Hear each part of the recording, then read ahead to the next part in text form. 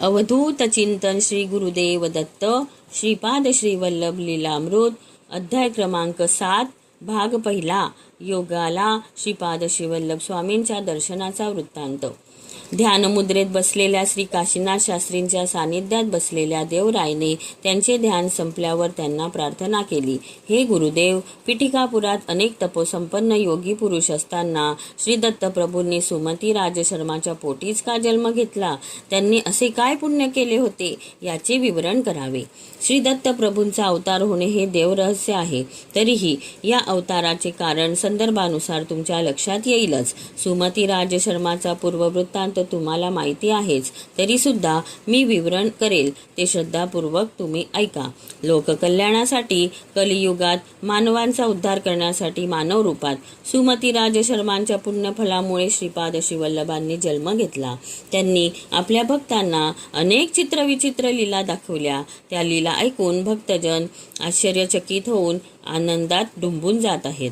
सुमती राजशर्मा आपल्या दोन्ही अपंग मुलांकडे पाहून खूप चिंतेत असत व दुःखाने व्याकुळ होत. दुसरीकडे श्रीपादजींच्या लीला पाहून ते आनंदितही होत होते. आपले विधिलिखित कोणी बदलू शकत नाही. दैवानुग्रहाने जे भोग असतील ते भोगावेच लागतील असा विचार राजशर्माने केला. आपल्या दोन्ही पुत्रांचे व्यंग घालवण्यासाठी जे जे प्रयत्न करणे शक्य होते ते सर्व प्रयत्न राजशर्मा करीत होते. ज्योतिष पंडित ज्या प्रकारे सांगतील त्या प्रकारे पूजा शांती कर्म विपाक शास्त्रानुसार विधिवत करीत होते. तरी सुद्धा त्याचा परिणाम दिसूनच येत नव्हता. परंतु राजशर्माने आपले प्रयत्न सोडले नाही. सिद्धयोगाचा वृत्तांत. एक दिवस पादगया क्षेत्रात एक सिद्धयोगी आला. त्या योग्याचे दर्शन करण्यासाठी अनेक भक्त येत होते. भक्तांच्या समस्यांवर ते योगी निवारण उपाय सुचवीत. त्यांच्या निवारण उपायांमुळे भक्तांच्या समस्यांचे निवारण होत होते. सुमती राजशर्माने गावकऱ्यांकडून योग्याविषयीची माहिती ऐकली. सुमती राजशर्मा योगेश्वराकडे आले व त्यांनी भक्ती व श्रद्धापूर्वक साष्टांग नमस्कार करून बरोबर आणलेले फळं फुलं अर्पण केले. ते आपल्या दोन्ही मुलांच्या विषयी योगी राजांना सांगण्याचा प्रयत्न करीत असताना सर्वज्ञानी योग्याने सुमती राजशर्माला प्रतिनमस्कार केला व म्हणाले, आपण पुण्यवान दाम्पत्य आहात.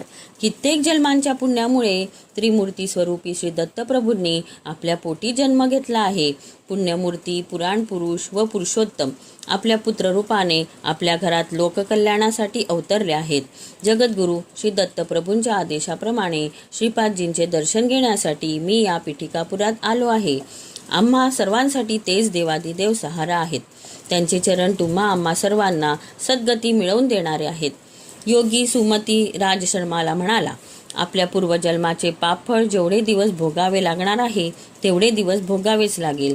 ते टाळण्यासाठी फक्त श्री दत्त भगवानच काहीतरी करू शकतात. या सर्व जगाचे सर्वाधिकारी सद्गुरू श्री दत्तात्रय प्रभूच आहेत. श्री दत्त प्रभू महाज्ञान प्राप्त करून देणारे आहेत. हे माती सुमती देवी, मी श्रीपाद श्रीवल्लभांच्या दर्शनार्थ आपल्या घरी येणार आहे. असे म्हणून ते त्यांच्या घरी गेले. सुमती राजशर्माने घरी आलेल्या योग्याचे रीतिरिवाजाप्रमाणे पाद प्रक्षालन केले. त्यांना आदरपूर्वक घरात बोलवून आसनस्थ करून यथायोग्य आदरातिथ्य केले. परमानंदित झालेले ते योगी सुमती देवीला म्हणाले, तुमच्या दोन्ही मुलांना माझ्याकडे घेऊन या. सुमती राजशर्मा आपल्या दोन्ही अपंग मुलांना योगीश्वराजवळ घेऊन आले. योगेश्वर म्हणाले, हे सुमती माता, या दोघांचे कर्मफल अजून पूर्ण भोगून झालेले नाही. आणखी काही दिवस त्यांना त्यांचे कर्मफल भोगावयाचे आहे. सुमती राजशर्माने योगेश्वरांना विचारले, हे योगेश्वर, आमच्या दोन्ही पुत्रांचे कर्मफल पूर्ण होण्यासाठी आम्ही काय करावे? योगी महाराज म्हणाले, या दोघांचे वय 20 वर्षाचे झाल्यावर विनासायास त्यांचे अंगवैकल्य दूर होईल व ते परिपूर्ण आरोग्य व विद्यासंपन्न पंडित होतील. हे दैवरहस्य आहे. याचे विवरण मी तुम्हाला करू शकत नाही. या गोष्टीसाठी विशेष काही करण्याची आवश्यकता नाही. त्यानंतर सुमती मातेने आपला तिसरा पुत्र श्रीपाद श्रीवल्लभला योगीश्वराजवळ आणले व त्याचे आयुर्मान विद्या इत्यादी भविष्याविषयी त्यांच्याकडे विचारणा केली. त्रिकाल ज्ञान संपन्न योगीश्वर त्या बालकाला पाहून स्वतःचे भान हरवून गेले. बालकाचे पौर्णिमेच्या चंद्रासारखे मुखकमल, हस्त व पादावरील रेषा पाहून त्यांना अतिशय आनंद झाला. त्यांनी त्वरित एक तांब्या भरून पाणी व एक थाळीची मागणी केली.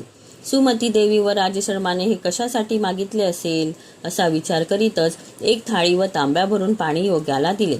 आसनस्थ योगी उठून श्रीपादांच्या जवळ गेले.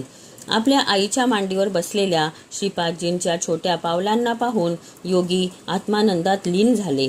त्या योगेश्वराने त्या लहान बालकाच्या दोन्ही पावलांना थाळीत ठेवून लोट्यातील पाण्याने प्रक्षालन केले व ते पाणी आपल्या डोक्यावर शिंपडून त्याच पाण्याचे तीर्थप्राशन केले. हे सर्व पाहून सुमती राजशर्मा दाम्पत्य आश्चर्यचकित झाले व त्यांनी त्या योगेश्वराला विचारले, स्वामी, आपण अष्टांग योग निष्ठागरिष्ठ योगी आहात. कित्येक भक्तांना तरुणोपाय सुचवणारे आहात. आपण माझ्या या छोट्या बालकाचे पाय पकडून पूजा करणे उचित आहे काय? हे माता पित्यांनो, मी जे सांगणार आहे ते लक्षपूर्वक ऐका. हा बालक सामान्य मानव नाही, हे दैवांश संभूती आहे, अवतार पुरुष आहे. याचे दोन्ही पायांचे दर्शन महायोगी सिद्धांतांनाही दुर्लभ आहे. माझ्या अनेक वर्षाच्या तपसाधनेनंतर मला या पादपद्मांचे दर्शन मिळाले. ऋषी, मुनी आणि योग्यांनी कित्येक पर्वत, अनेक नद्या, अनेक पुण्यक्षेत्रांची परिक्रमा करण्यासाठी संपूर्ण आयुष्य व्यतीत केल्यानंतरच अशा या पवित्र पादपद्माचे दर्शन होऊ शकते. सर्व प्राणी मात्रांना कैवल्यधाम स्वर्गलोक प्राप्त करून देणारे हे चरणकमल आहेत. आज मी धन्य झालो. माझ्या जन्माचा उद्धार झाला. या दोन्ही चरणांचे वैभव मी वर्णन करीत आहे, ते आपण श्रद्धेने ऐका. ही दोन्ही पावले साक्षात श्री महाविष्णूंचा अवतार श्री दत्तप्रभूंचे चरणकमल आहेत. हे श्री गुरुचरण सर्व पुण्यक्षेत्रे, सर्व तीर्थे, सर्व पुण्य नद्या, सप्त समुद्र, सकल देवी देवता व सर्व प्राणी मात्रांना आधारभूत आहेत. अखिलांड कोटी ब्रह्मांड या दोन्ही चरणांजवळ स्थित आहेत. या गुरुचरणांच्या आश्रिताला मोक्ष प्राप्त होईल. माझ्या कोणत्या जन्माच्या पुण्यफळाने मला या जन्मात सहज सुलभ या चरणांना स्पर्श करण्याचे भाग्य मिळाले असेल, मी धन्य झालो आहे. हे बालक ज्यावेळी कुमार अवस्थेत पोहोचेल त्यावेळी स्वामींच्या पायाला स्पर्श करणे सामान्य मानव महायोगींना दुर्लभ होईल. याकरिता मी श्रीपादजींच्या पायाचे आजच प्रक्षालन केले. हे बालक मानव रूपात अवतार घेतलेला महनीय आहे. श्रीपादजींचा ज्ञानोपदेश घेऊन तरुण जाण्यासाठी अनेक महात्मा, योगी, सिद्धयोगी, देवांश संभूत लोक वाट पाहत आहेत. त्यांचा या कलियुगात जन्म मानवाच्या उद्धारासाठीच झाला आहे. या महान पुत्राला जन्म देणारे आपण धन्य आहात. आपल्या दोघांच्याही वंशातील पूर्वजांचा 101 पिढ्यांपर्यंत उद्धारच होईल. आपली मुले, नातवंडे इत्यादी श्रीपादजींच्यामुळे अत्यंत कीर्तिमान, प्रतिष्ठावान व विद्यासंपन्न होतील. आपल्या या मुलाचे नाव घेतल्याबरोबर भूत, प्रेत, पिशाच्च पळून जातील. महापापी सुद्धा यांच्या दर्शनानेच सर्व पापातून मुक्ती मिळवतील व उत्तम गती प्राप्त करतील.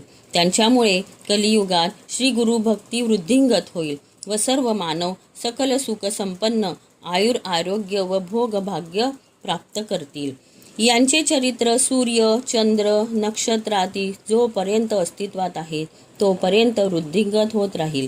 यांचे चरित्र वाचणारे, ऐकणारे व कमीत कमी यांचे नामस्मरण करणाऱ्यांची इच्छापूर्ती होईल. श्रीपादजींच्यामुळे आपल्या दोघांचे नाव या भूमीवर आचंद्र तारा विख्यात होईल. यांचे चरित्र रामायण, महाभारत, भागवत इत्यादी पुराण ग्रंथासारखे घराघरात नित्य पारायण केले जाईल. असे सांगून त्या योग्याने आनंदाश्रूंनी त्या दिव्य पायांचा अभिषेक केला. सुमती राजशर्माने त्या योग्याला अडवून सुद्धा ते स्वामींचे पाय सोडण्यास तयार नव्हते. कितीतरी वेळ स्वामींचे कीर्तन, स्तुती, पूजा करून आनंद अनुभवत होते. त्यानंतर त्यांनी सुमती राजशर्माचे आतिथ्य स्वीकारून कित्येक दिवस स्वामींच्या सेवेत काल व्यतीत केला. एक दिवस श्री दत्तप्रभूंचे भक्त सुमती राजशर्मा दंपतीने योगेश्वरास विचारणा केली, हे स्वामी, आपण सर्वज्ञ आहात. आपल्यासारख्या महान योग्याला एखादी गोष्ट माहीत नाही असे होऊ शकत नाही. याकरिता आपणाकडून आपल्या पूर्वजन्माचा वृत्तांत जाणून घेण्यास आम्ही उत्सुक आहोत. स्वामी, भूलोकामध्ये अनेक महात्मा राहत असून सुद्धा श्री दत्तप्रभूंनी आमच्यावरच अनुग्रह करण्याचे कारण काय?